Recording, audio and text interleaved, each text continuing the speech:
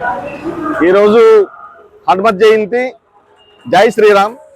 ముఖ్యంగా రాజమండ్రి మాజీ పార్లమెంటు సభ్యులు వైఎస్ఆర్సీపీ జాతీయ అధికార ప్రతినిధి శ్రీ మార్గాన్ భరతరామ్ గారి జన్మదిన సందర్భంగా కంబాల చెరువు వద్ద గల ఆంజనేయ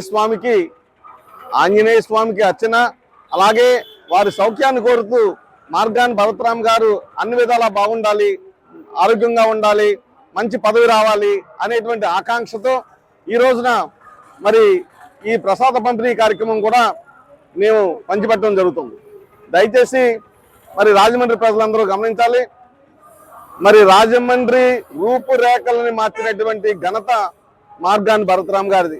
ఎంతో మంది పార్లమెంటు సభ్యులుగా చేశారు, ఎమ్మెల్యేలుగా చేశారు. కానీ ఇటువంటి మంచి అవకాశాన్ని ఆయన పార్లమెంటు సభ్యులైనా సరే రాజమండ్రిలో మనం ఉంటున్నాం కాబట్టి రాజమండ్రిని అభివృద్ధి చేయాలనేటువంటి సత్సంకల్పంతో ఇవాళ రాజమండ్రి రూపురేఖలను మార్చినటువంటి మార్గాన్ భరతరామ్ గారు ఆరోగ్య ఐశ్వర్యాలతో మంచిగా ఆరోగ్యంగా ఆనందంగా పరిపాలనా దక్షత కలిగినటువంటి నాయకుడిగా ఎదిగినటువంటి సందర్భంలో రాబోయే ఎన్నికల్లో వారికి విజయాన్ని వరించాలని చెప్పేసి కోరుతున్నాను. Thank you.